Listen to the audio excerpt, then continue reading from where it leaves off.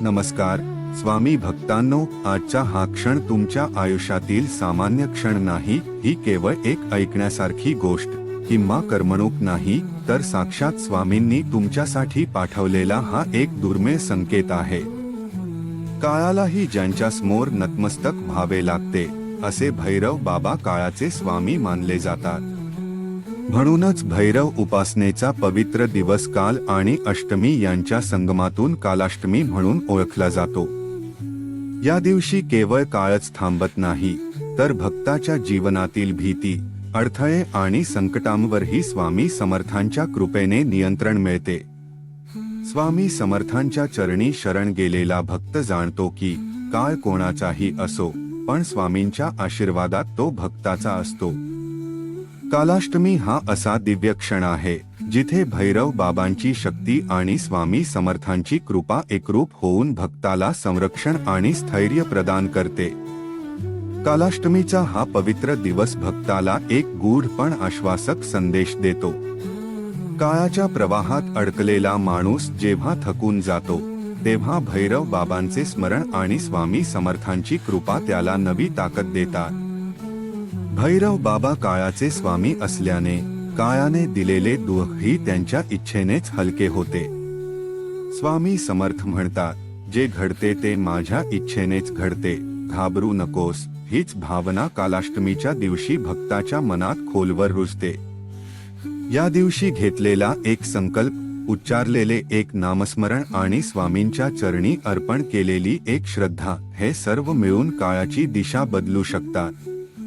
कालाष्टमी हा केवळ तिथीचा योग नसून तो भयमुक्ती, संरक्षण आणि गुरुकृपेचा दिव्य संगम आहे। जिथे भैरव बाबांची शक्ती असते, तिथे स्वामी समर्थांची करुणा भक्ताला कवेत घेत असते। अशा प्रकारे कालाष्टमीचा हा 9 वर्षातून येणारा योग हा भक्तासाठी एक नवा विश्वास घेऊन येतो। काळावर अधिपत्य असलेल्या भैरव बाबांच्या चरणी आणि करुणासागर स्वामी समर्थांच्या आश्रयात गेल्यावर भक्ताला हे उमगते की जीवनातील कोणतेही संकट कायमचे नसते। काळ बदलतो, परिस्थिती बदलते आणि स्वामींच्या कृपेने भक्ताचाही काळ उजळून निघतो। कालाष्टमीचा हा दिव्य योग भक्ताला धैर्य देतो, संयम शिकवतो आणि मनामध्ये अढळ श्रद्धा निर्माण करतो। या दिवशी मनोभावे घेतलेला एक श्वास, मनातून उच्चारलेले स्वामींचे नाव आणि डोळ्यातून वाहिलेला एक अश्रूही स्वामींपर्यंत पोहोचतो। कारण जिथे भक्ताची श्रद्धा असते, तिथे स्वामी समर्थ स्वतः उभे असतात।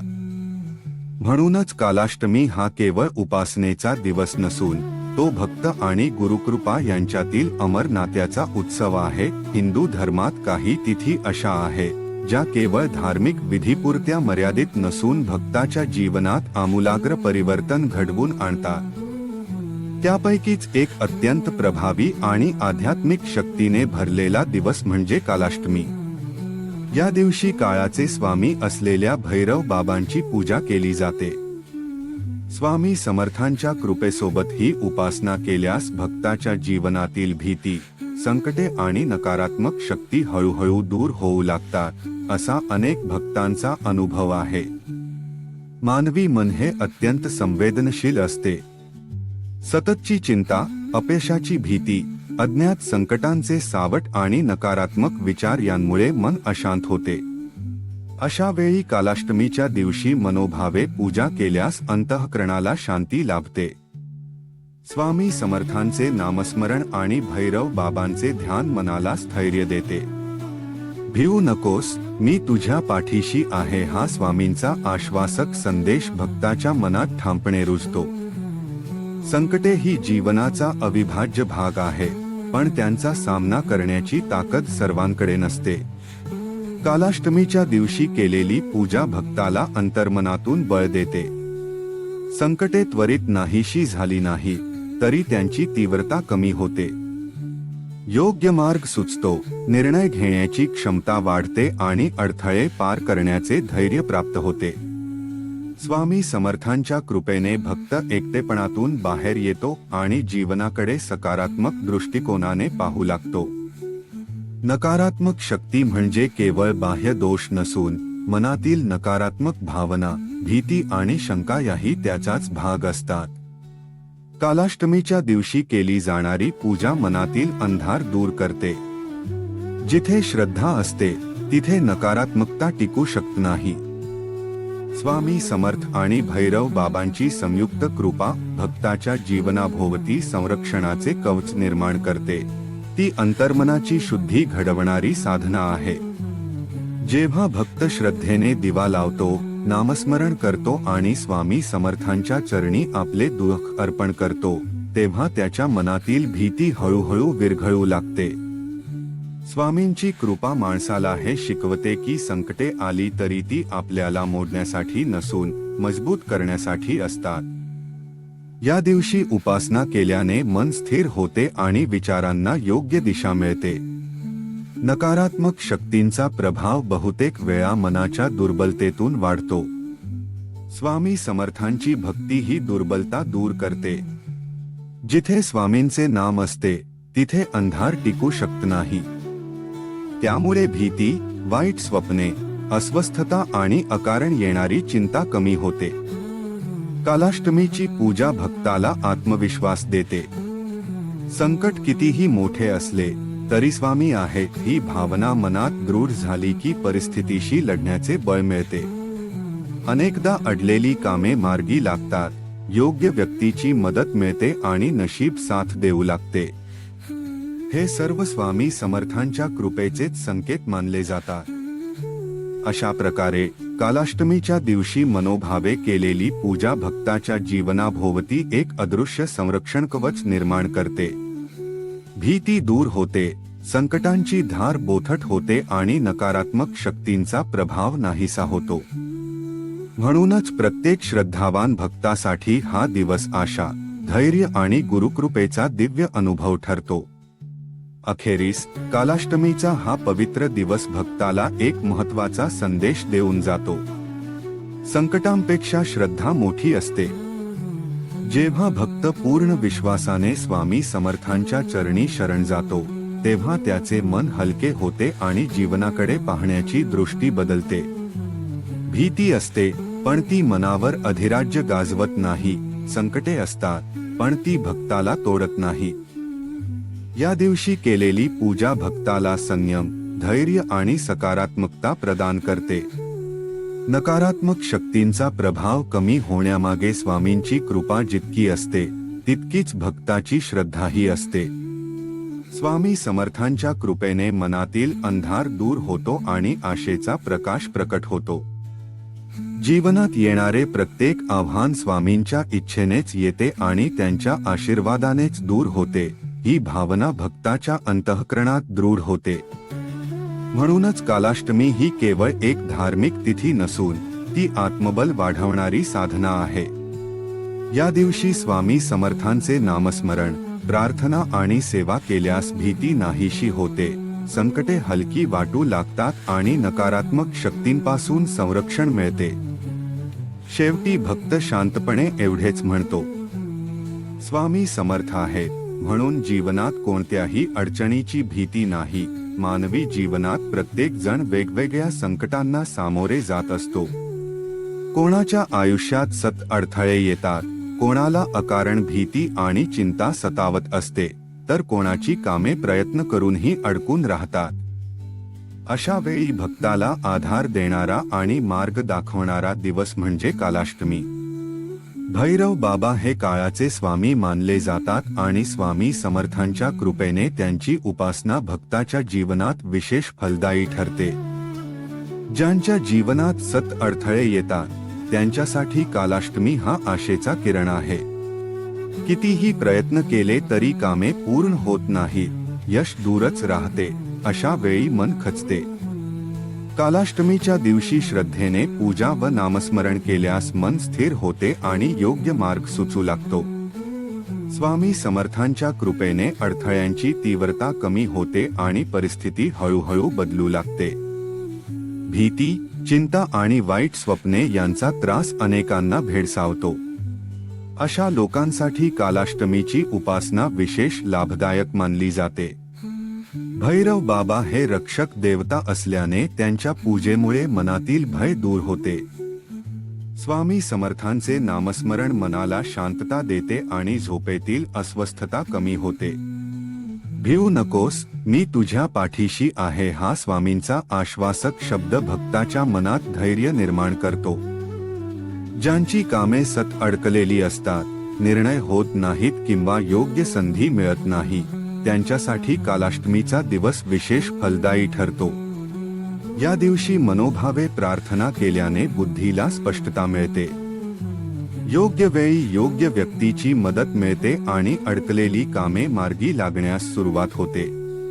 कालाष्टमीचा प्रभाव हा प्रत्येकाच्या आयुष्यात वेगवेगळ्या स्वरूपात दिसून येतो. ज्यांच्या जीवनात अडथळे येतात, त्यांच्यासाठी हा दिवस संयम आणि विश्वास शिकवतो. अडचणी लगेच नाहीशा होत नाहीत, पण त्या सहन करण्याची आणि त्यातून मार्ग काढण्याची शक्ती मिळते. स्वामी समर्थांच्या कृपेने मनातील गोंधळ दूर होतो आणि योग्य निर्णय घेण्याचे धैर्य प्राप्त होते. भीती आणि चिंता या अनेकदा मनाच्या दुर्बलतेतून जन्म घेतात. कालाष्टमीच्या दिवशी भैरव बाबांची पूजा आणि स्वामी समर्थांचे नामस्मरण केल्याने मन मजबूत होते. वाईट स्वप्ने, अकारण धडधड, अस्वस्थ झोप यांचा त्रास कमी होतो. स्वामींच्या कृपेने मनाला संरक्षणाची भावना मिळते आणि अंतःकरण शांत होते. कामे अडकलेली असण्यामागे केवळ बाह्य अडचणी नसून अंतर्गत अस्थिरताही कारणीभूत असते. कालाष्टमीच्या उपासनेने विचारांना स्पष्टता मिळते. योग्य वेळी योग्य मार्ग सापडतो आणि अडकलेली कामे हळूहळू मार्गी लागतात. स्वामी समर्थ भक्ताला कधी थेट मदतीने तर कधी योग्य संकेत देऊन पुढे नेतात. कालाष्टमी हा दिवस भक्तासाठी केवळ धार्मिक विधी नसून तो आत्मविश्वास वाढवणारा आणि जीवनाला दिशा देणारा अनुभव ठरतो. ज्यांना अडथळे, भीती, चिंता आणि अडकलेली कामे त्रास देतात, त्यांच्यासाठी हा दिवस स्वामी समर्थांच्या कृपेचा विशेष वरदान आहे. अकोल्याजवळील एका लहानशा गावात राहणारे विठ्ठलराव हे स्वामी समर्थांचे निस्सीम भक्त होते. मागील काही वर्षांपासून त्यांच्या आयुष्यात संकटांची मालिका सुरू होती. घरातील मुख्य व्यक्ती असूनही कामात अडथळे येत होते. नोकरीत स्थैर्य नव्हते, आर्थिक अडचणी वाढत होत्या आणि रात्री अकारण भीती, अस्वस्थता व वाईट स्वप्नांचा त्रास सुरू झाला होता. अनेक उपाय करूनही मनाला शांती मिळत नव्हती. एकदा एका वृद्ध स्वामी भक्ताने त्यांना कालाष्टमीच्या दिवशी भैरव बाबा आणि स्वामी समर्थांची मनोभावे पूजा करण्याचा सल्ला दिला. कोणतीही अपेक्षा न ठेवता, स्वामी, माझा भार तूच घे असे म्हणून विठ्ठलरावांनी कालाष्टमीच्या दिवशी उपवास ठेवला, दिवा लावला, श्री स्वामी समर्थ नामस्मरण केले आणि मनातील सर्व दुःख स्वामींच्या चरणी अर्पण केले. त्या रात्री अनेक दिवसांनंतर त्यांना शांत झोप लागली. वाईट स्वप्ने थांबली, मनावरचा भार हलका वाटू लागला. पुढील काही दिवसांतच त्यांच्या आयुष्यात लहान पण महत्वाचे बदल घडू लागले. अडकलेले एक काम अचानक मार्गी लागले, योग्य व्यक्तीची भेट झाली आणि नवी कामाची संधी मिळाली. आर्थिक परिस्थिती हळूहळू सावरू लागली. विठ्ठलराव सांगतात, संकटे एका दिवसात नाहीशी झाली नाही, पण त्यांची धार कमी झाली. सर्वात महत्वाचे म्हणजे भीती गेली. मनाला धीर मिळाला. मला सत्य जाणवत राहिले की स्वामी माझ्या पाठीशी उभे आहे. आजही ते प्रत्येक कालाष्टमीला पूजा करतात आणि स्वामींच्या कृपेचा अनुभव इतरांनाही सांगतात. कालाष्टमी हा भैरव बाबा आणि भगवान शिव यांच्या उपासनेसाठी अत्यंत पवित्र मानला जाणारा दिवस आहे. या दिवशी केलेली साधना केवळ धार्मिक विधी न राहता ती भक्ताच्या मन, शरीर आणि आत्म्याला शुद्ध करणारी अनुभूती ठरते. स्वामी समर्थांच्या कृपेने या दिवशी श्रद्धेने केलेली उपासना भक्ताच्या जीवनात सकारात्मक परिवर्तन घडवून आणते. कालाष्टमीच्या दिवशी अनेक भक्त संपूर्ण उपवास किंवा फलाहार करतात. उपवासाचा मुख्य उद्देश शरीराला त्रास देणे नसून मनाला संयम शिकवणे हा असतो. जेव्हा अन्नापासून थोडा विराम घेतला जातो, तेव्हा मन अधिक शांत आणि एकाग्र होते. स्वामी समर्थांच्या नामस्मरणासोबत केलेला उपवास भक्ताला आत्मिक बळ देतो आणि मनातील अस्थिरता कमी करतो. या दिवशी भैरव बाबा किंवा शिवलिंगाची पूजा करणे विशेष फलदायी मानले जाते. भैरव बाबा हे शिवाचे उग्र रूप असून ते भक्तांचे रक्षक आहे. शिवलिंगावर जल, बेलपत्र अर्पण करून मनोभावे प्रार्थना केल्यास जीवनातील भीती आणि अडथळे कमी होतात. स्वामी समर्थ आणि भगवान शिव यांचे नाते अतूट असल्याने ही पूजा गुरुकृपेचा अनुभव देणारी ठरते. कालाष्टमीच्या पूजेत काळ्या तिळाचे तेल, काळे उडीद, नारळ आणि दिवा अर्पण करण्यास विशेष महत्त्व आहे. काळ्या तिळाचे तेल हे नकारात्मक शक्ती दूर करणारे मानले जाते. काळे उडीद अर्पण केल्याने अडथळे कमी होतात, तर नारळ हे शुद्धतेचे आणि पूर्णत्वाचे प्रतीक आहे. दिवा अर्पण केल्याने अज्ञानाचा अंधार दूर होऊन ज्ञानाचा प्रकाश प्रकट होतो. या सर्व अर्पणातून भक्त आपली श्रद्धा आणि नम्रता स्वामींच्या चरणी अर्पण करतो. कालाष्टमीच्या उपासनेत सर्वात महत्त्वाची गोष्ट म्हणजे भावना आणि श्रद्धा. उपवास, पूजा किंवा अर्पण हे बाह्य स्वरूप असले तरी त्यामागील भक्तीचा खरा परिणाम घडवते. स्वामी समर्थ म्हणतात, भाव असला की देव पावतो. म्हणूनच या दिवशी मन शुद्ध ठेवून, अहंकार बाजूला ठेवून केलेली साधना अधिक फलदायी ठरते. उपवासाच्या वेळी संयम राखणे, वाणी आणि विचार शुद्ध ठेवणे हेही तितकेच महत्त्वाचे असते. फक्त अन्नत्याग न करता वाईट विचार, राग आणि तक्रार यांचाही उपवास केल्यास साधनेला खरा अर्थ मिळतो. स्वामी समर्थांच्या नामस्मरणाने मनात शांतता निर्माण होते आणि भक्त स्वतःशीच जोडला जातो. भैरव बाबा किंवा शिवलिंगाची पूजा करताना भक्त जेव्हा मनोभावे नतमस्तक होतो, तेव्हा त्याचे भय, चिंता आणि अडथळे आपोआप हलके होतात. काळ्या तिळाचे तेल, काळे उडीद आणि नारळ अर्पण करताना भक्त आपल्या आयुष्यातील अंधार, अडचणी आणि दुःख स्वामींच्या चरणी अर्पण करतो.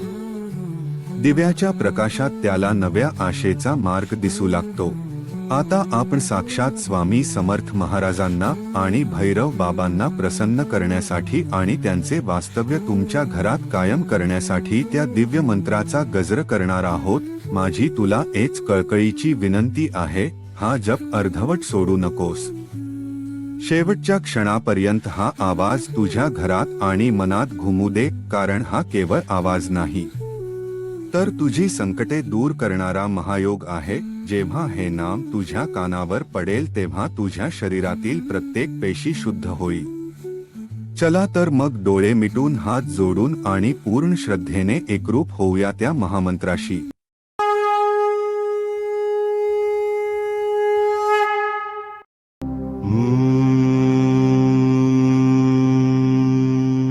ह्रीं कालभैरवाय नमः. भयभञ्जनाय सङ्कटमोचनाय सर्वविघ्नविनाशाय नमः.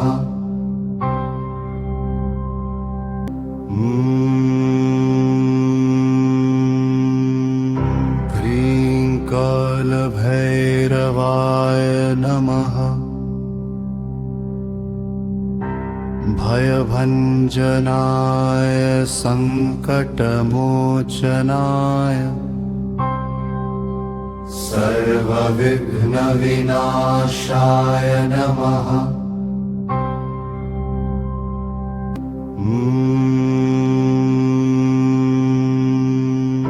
ह्रीं कालभैरवाय नमः. भयभञ्जनाय सङ्कटमोचनाय सर्वविघ्नविनाशाय नमः.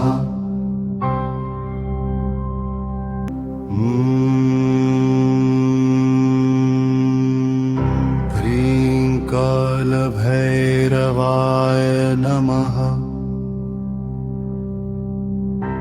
भयभञ्जनाय भयभञ्जनाय सङ्कटमोचनाय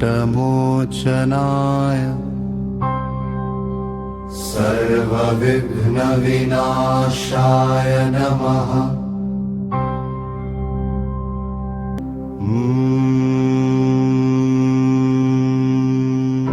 ह्रीं कालभैरवाय नमः। भयभञ्जनाय सङ्कटमोचनाय सर्वविघ्नविनाशाय नमः।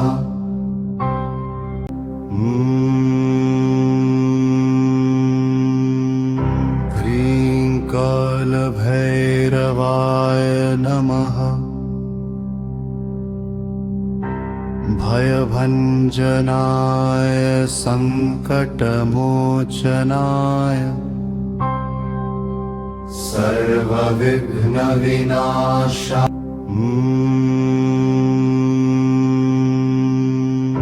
ह्रीं कालभैरवाय नमः। भयभञ्जनाय सङ्कटमोचनाय सर्वविघ्नविनाशाय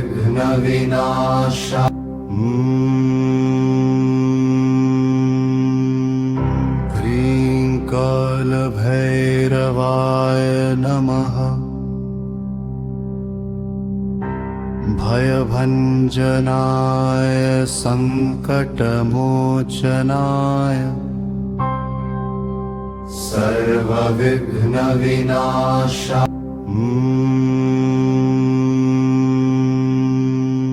ह्रीं कालभैरवाय नमः। भयभञ्जनाय सङ्कटमोचनाय सर्वविघ्नविनाशाय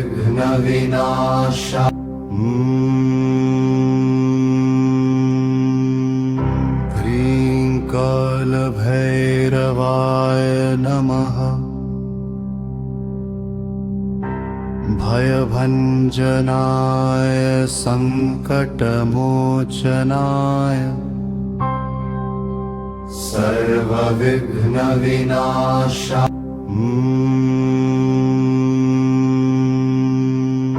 ह्रीं कालभैरवाय नमः। भयभञ्जनाय सङ्कटमोचनाय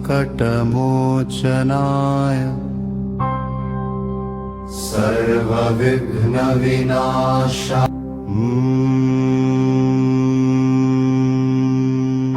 ह्रीं कालभैरवाय नमः। भयभञ्जनाय सङ्कटमोचनाय सर्वविघ्नविनाशाय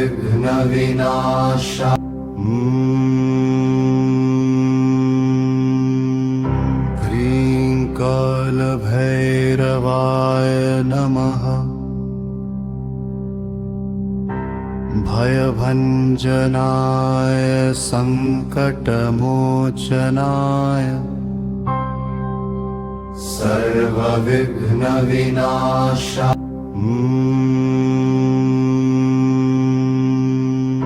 ह्रीं कालभैरवाय नमः।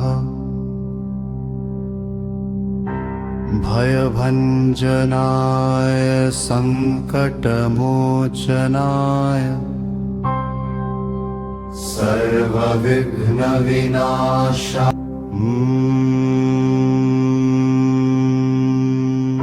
ह्रीं कालभैरवाय नमः। भयभञ्जनाय सङ्कटमोचनाय सर्वविघ्नविनाशाय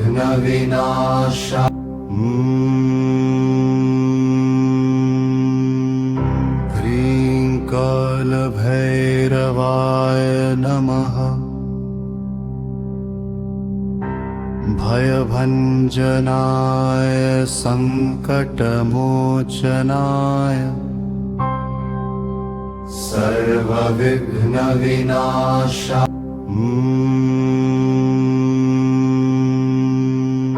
ह्रीं कालभैरवाय नमः। भयभञ्जनाय सङ्कटमोचनाय सर्वविघ्नविनाशाय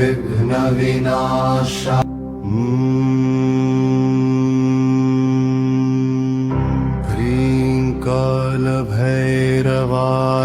नमः। भयभञ्जनाय सङ्कटमोचनाय सर्वविघ्नविनाशाय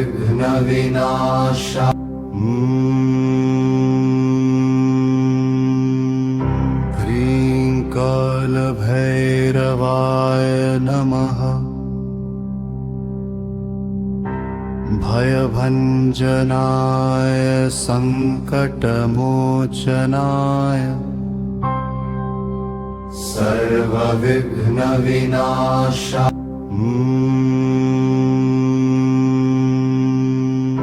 ह्रीं कालभैरवाय नमः। भयभञ्जनाय सङ्कटमोचनाय सर्वविघ्नविनाशाय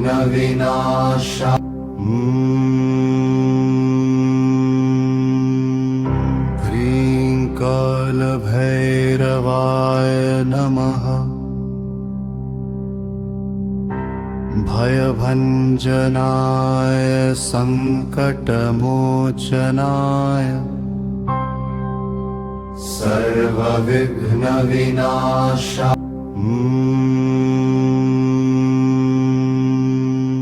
ह्रीं कालभैरवाय नमः।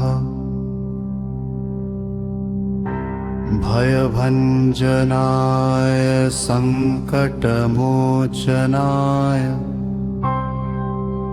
सर्वविघ्नविनाशाय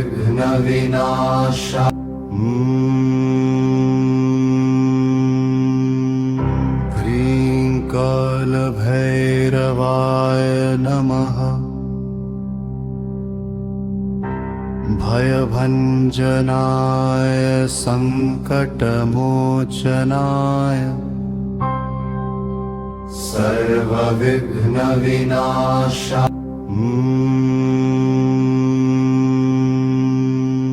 ह्रीं कालभैरवाय नमः। भयभञ्जनाय सङ्कटमोचनाय सर्वविघ्नविनाशाय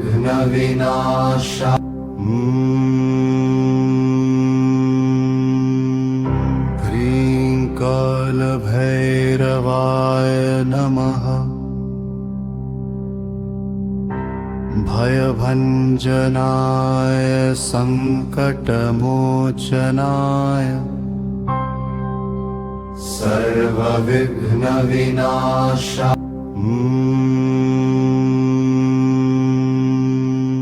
ह्रीं कालभैरवाय नमः। भयभञ्जनाय सङ्कटमोचनाय सर्वविघ्नविनाशाय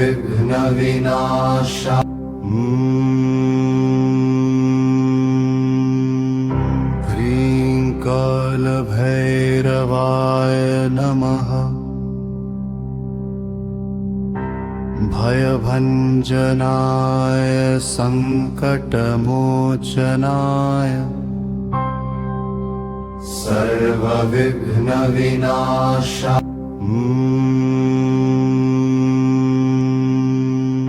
ह्रीं कालभैरवाय नमः।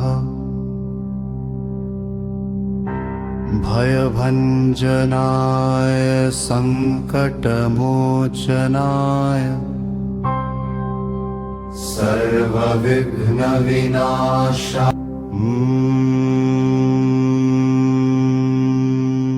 ह्रीं कालभैरवाय नमः। भयभञ्जनाय सङ्कटमोचनाय सर्वविघ्नविनाशाय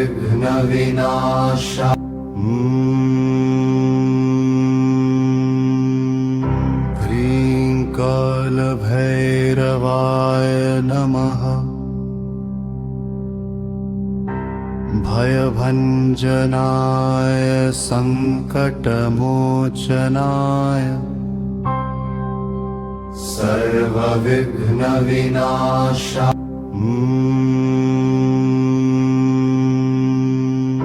ह्रीं कालभैरवाय नमः। भयभञ्जनाय सङ्कटमोचनाय सर्वविघ्नविनाशाय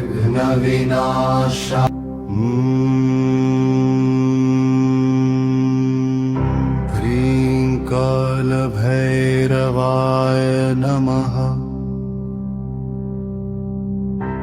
भयभञ्जनाय सङ्कटमोचनाय सर्वविघ्नविनाशाय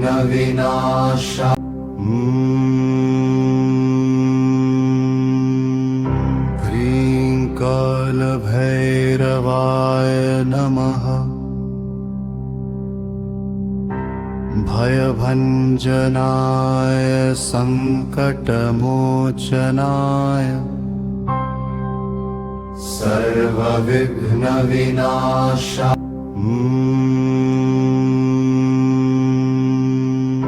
ह्रीं कालभैरवाय नमः। भयभञ्जनाय सङ्कटमोचनाय सर्वविघ्नविनाशाय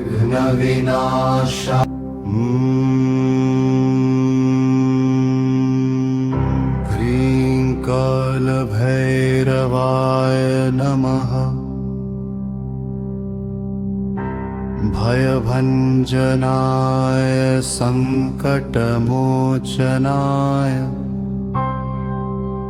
सर्वविघ्नविनाशाय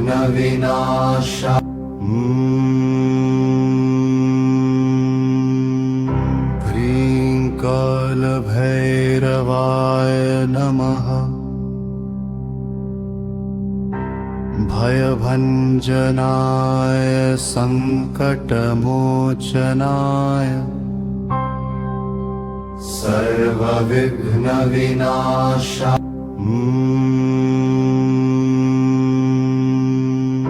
ह्रीं कालभैरवाय नमः। भयभञ्जनाय सङ्कटमोचनाय सर्वविघ्नविनाशाय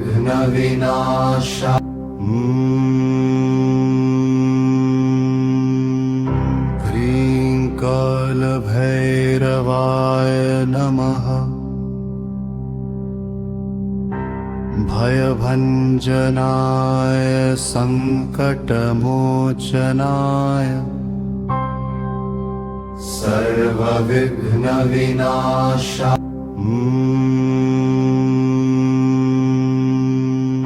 ह्रीं कालभैरवाय नमः। भयभञ्जनाय सङ्कटमोचनाय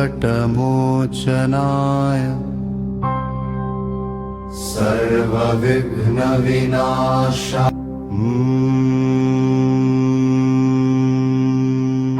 ह्रीं कालभैरवाय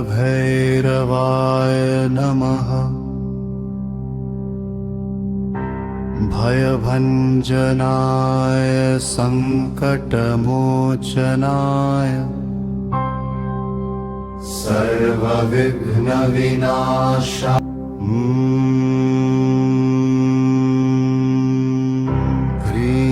कालभैरवाय नमः। भयभञ्जनाय सङ्कटमोचनाय सर्वविघ्नविनाशाय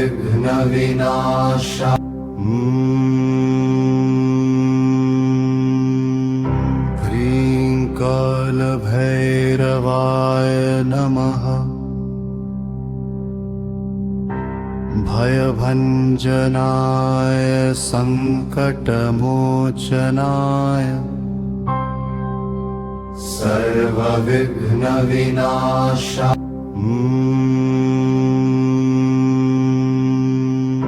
ह्रीं कालभैरवाय नमः। भयभञ्जनाय सङ्कटमोचनाय सर्वविघ्नविनाशाय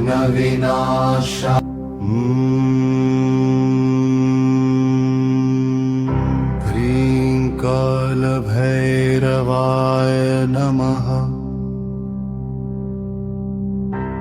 भयभञ्जनाय सङ्कटमोचनाय सर्वविघ्नविनाशाय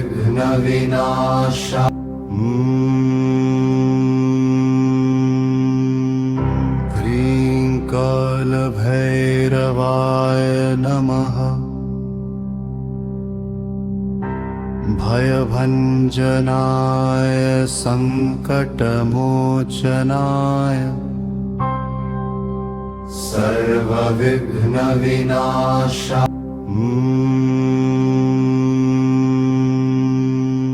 ह्रीं कालभैरवाय नमः। भयभञ्जनाय सङ्कटमोचनाय सर्वविघ्नविनाशाय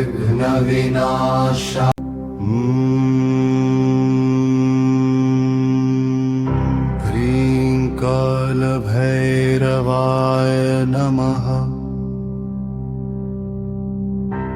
भयभञ्जनाय सङ्कटमोचनाय सर्वविघ्नविनाशाय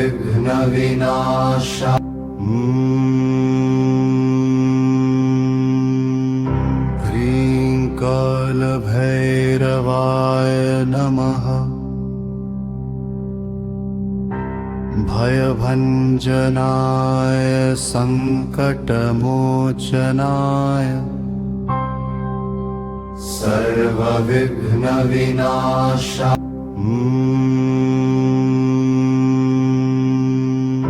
ह्रीं कालभैरवाय नमः। भयभञ्जनाय सङ्कटमोचनाय सर्वविघ्नविनाशाय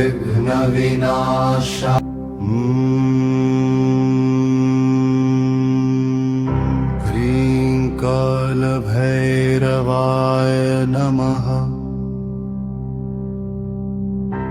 भयभञ्जनाय सङ्कटमोचनाय सर्वविघ्नविनाशाय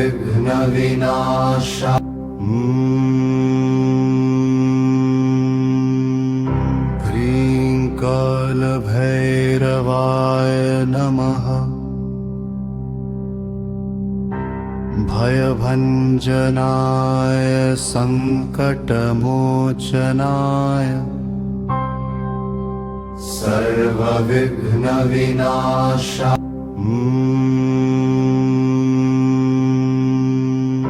ह्रीं कालभैरवाय नमः। भयभञ्जनाय सङ्कटमोचनाय सर्वविघ्नविनाशाय नमः।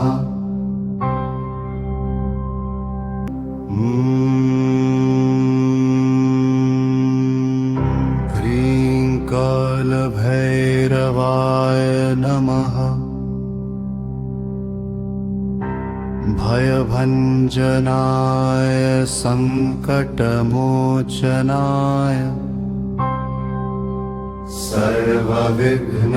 सर्वविघ्नविनाशाय नमः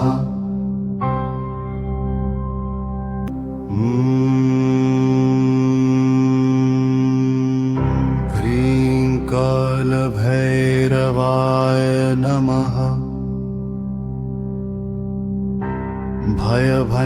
भयभञ्जनाय सङ्कटमोचनाय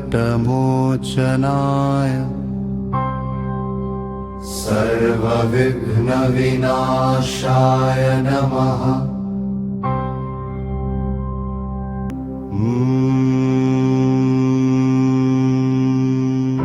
ह्रीं कालभैरवाय नमः भयभञ्जनाय सङ्कटमोचनाय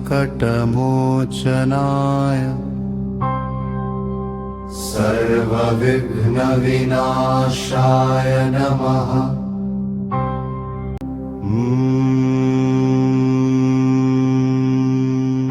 ह्रीं कालभैरवाय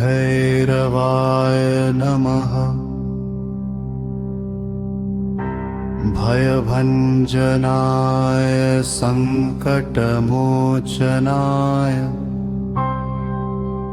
सर्वविघ्नविनाशाय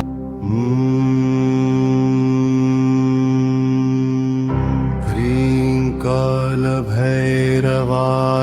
नमः भयभञ्जनाय सङ्कटमोचनाय सर्वविघ्नविनाशाय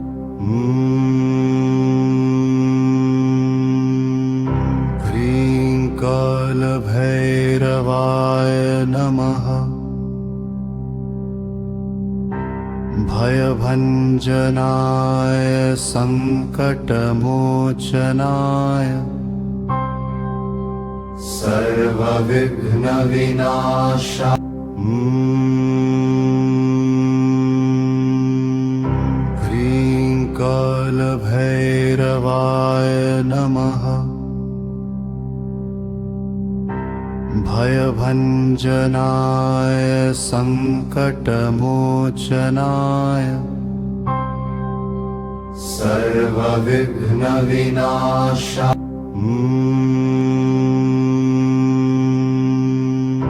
ह्रीं कालभैरवाय नमः भयभञ्जनाय सङ्कटमोचनाय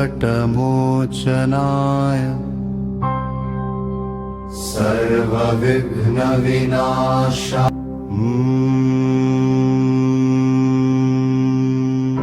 ह्रीं कालभैरवाय नमः भयभञ्जनाय सङ्कटमोचनाय सर्वविघ्नविनाशाय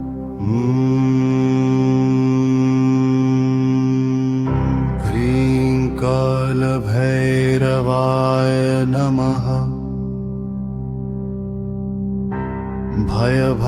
भयभञ्जनाय सङ्कटमोचनाय सर्वविघ्नविनाशाय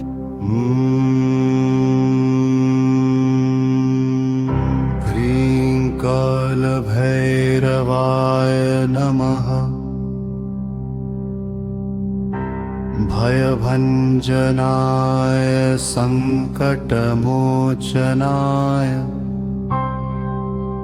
सर्वविघ्नविनाशाय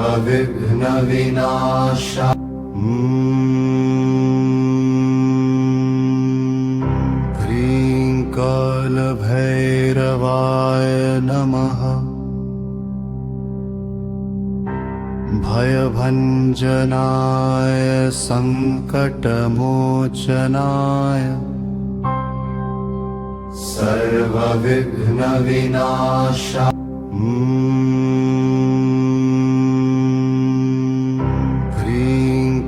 कालभैरवाय नमः। भयभञ्जनाय सङ्कटमोचनाय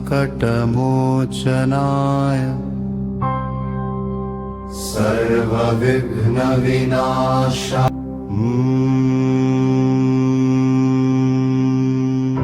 ह्रीं कालभैरवाय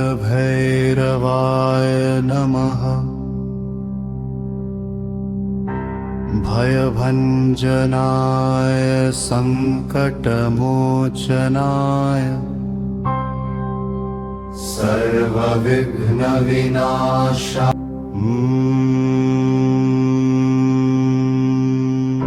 ह्रीं कालभैरवाय नमः। भयभञ्जनाय सङ्कटमोचनाय सर्वविघ्नविनाशाय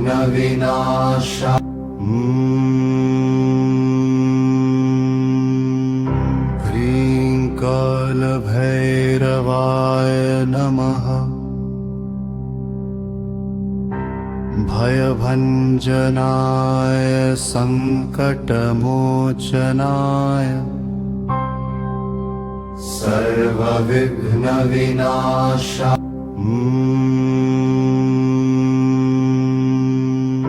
ह्रीं कालभैरवाय नमः। भयभञ्जनाय सङ्कटमोचनाय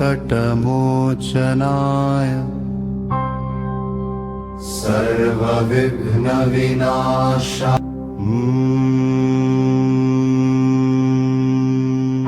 ह्रीं कालभैरवाय नमः। भयभञ्जनाय सङ्कटमोचनाय सर्वविघ्नविनाशाय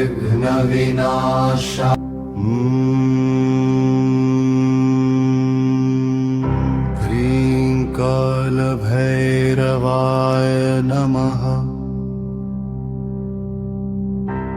भयभञ्जनाय सङ्कटमोचनाय सर्वविघ्नविनाशाय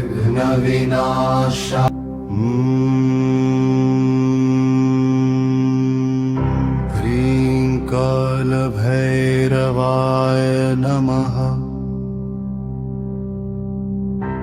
भयभञ्जनाय सङ्कटमोचनाय सर्वविघ्नविनाशाय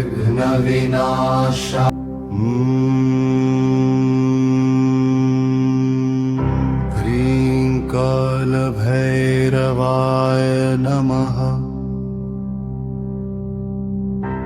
भयभञ्जनाय सङ्कटमोचनाय सर्वविघ्नविनाशाय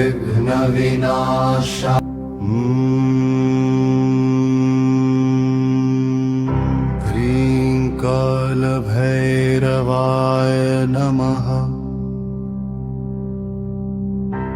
भयभञ्जनाय सङ्कटमोचनाय सर्वविघ्नविनाशाय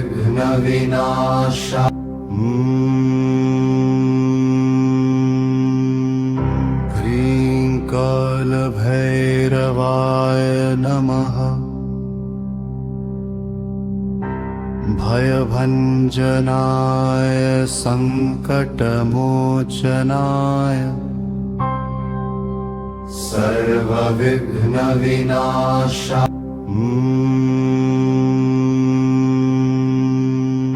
ह्रीं कालभैरवाय नमः। भयभञ्जनाय सङ्कटमोचनाय सर्वविघ्नविनाशाय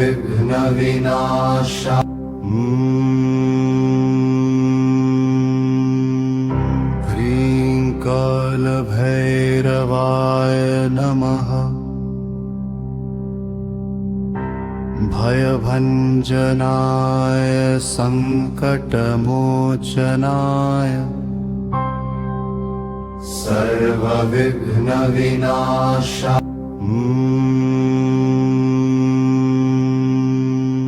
ह्रीं कालभैरवाय नमः। भयभञ्जनाय सङ्कटमोचनाय सर्वविघ्नविनाशाय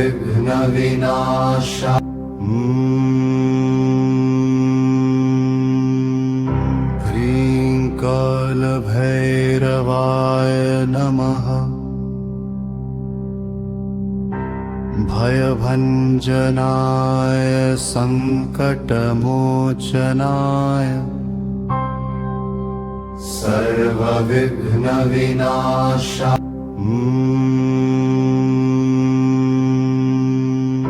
ह्रीं कालभैरवाय नमः। भयभञ्जनाय सङ्कटमोचनाय सर्वविघ्नविनाशाय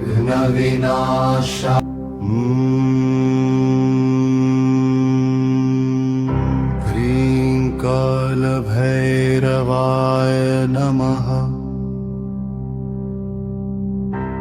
भयभञ्जनाय सङ्कटमोचनाय सर्वविघ्नविनाशाय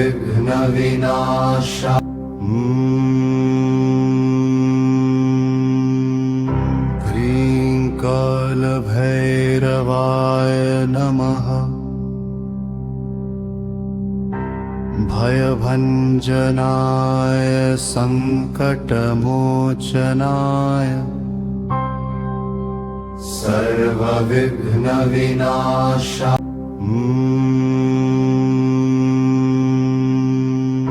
ह्रीं कालभैरवाय नमः। भयभञ्जनाय सङ्कटमोचनाय सर्वविघ्नविनाशाय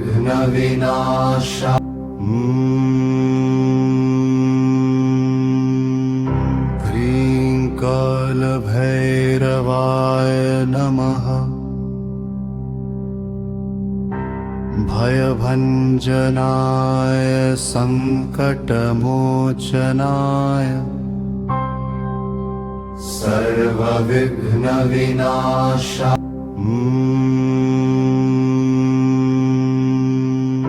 ह्रीं कालभैरवाय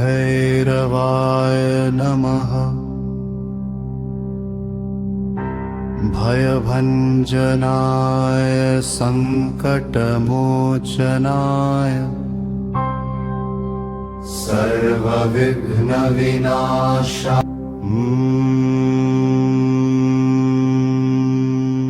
ह्रीं कालभैरवाय नमः। भयभञ्जनाय सङ्कटमोचनाय सर्वविघ्नविनाशाय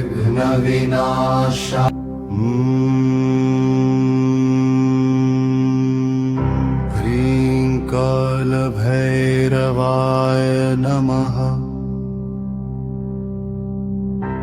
भयभञ्जनाय सङ्कटमोचनाय सर्वविघ्नविनाशाय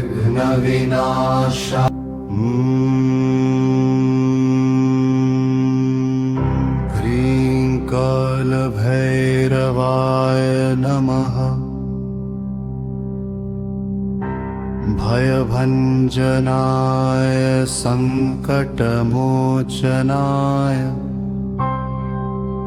सर्वविघ्नविनाशाय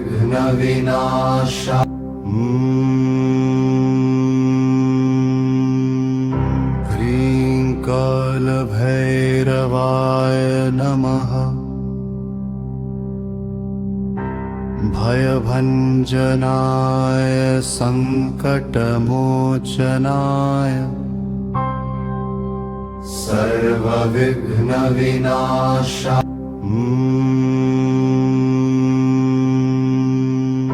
ह्रीं कालभैरवाय नमः।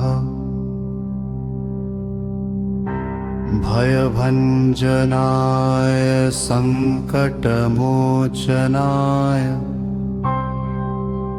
सर्वविघ्नविनाशा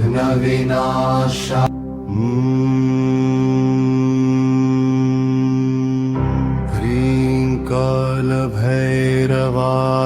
नमः।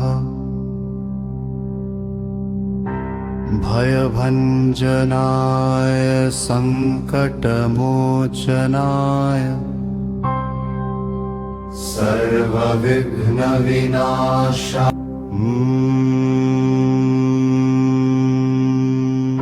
ह्रीं कालभैरवाय नमः। भयभञ्जनाय सङ्कटमोचनाय सर्वविघ्नविनाशा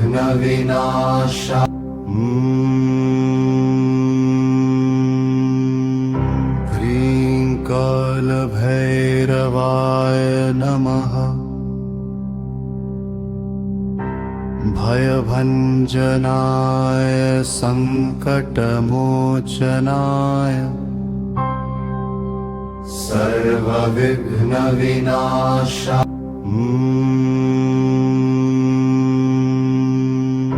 ह्रीं कालभैरवाय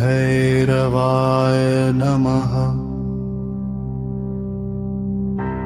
भयभञ्जनाय सङ्कटमोचनाय सर्वविघ्नविनाशा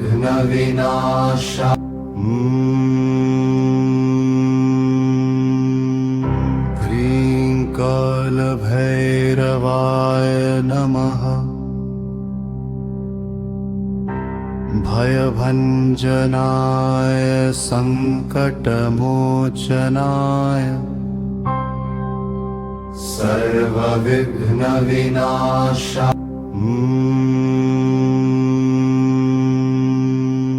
ह्रीं कालभैरवाय नमः। भयभञ्जनाय सङ्कटमोचनाय सर्वविघ्नविनाशा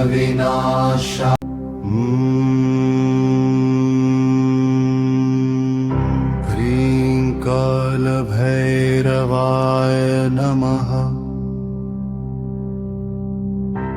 भयभञ्जनाय सङ्कटमोचनाय सर्वविघ्नविनाशा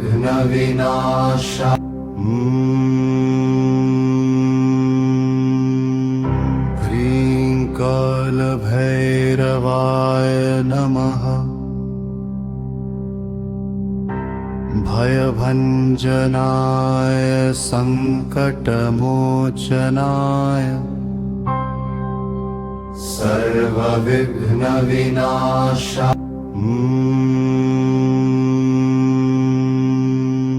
ह्रीं कालभैरवाय नमः।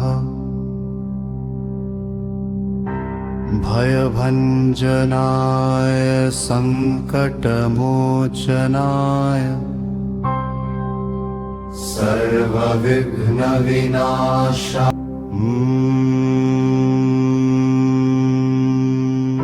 ह्रीं कालभैरवाय नमः। भयभञ्जनाय सङ्कटमोचनाय सर्वविघ्नविनाशा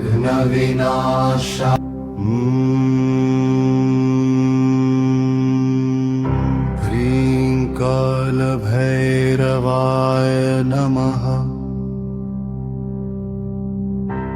भयभञ्जनाय सङ्कटमोचनाय सर्वविघ्नविनाशा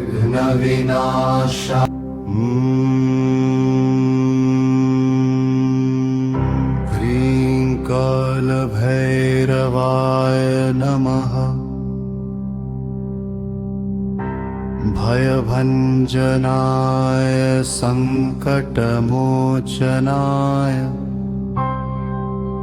सर्वविघ्नविनाशाय नमः।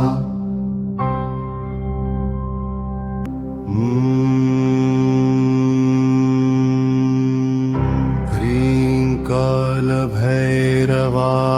नमः। भयभञ्जनाय सङ्कटमोचनाय सर्वविघ्नविनाशाय नमः।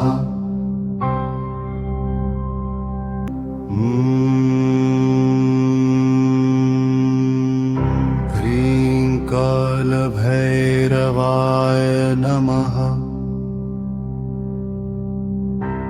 भयभञ्जनाय सङ्कटमोचनाय सर्वविघ्नविनाशाय नमः।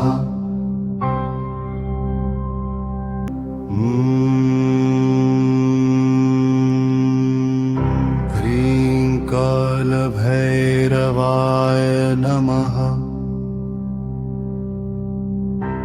भयभञ्जनाय सङ्कटमोचनाय सर्वविघ्नविनाशाय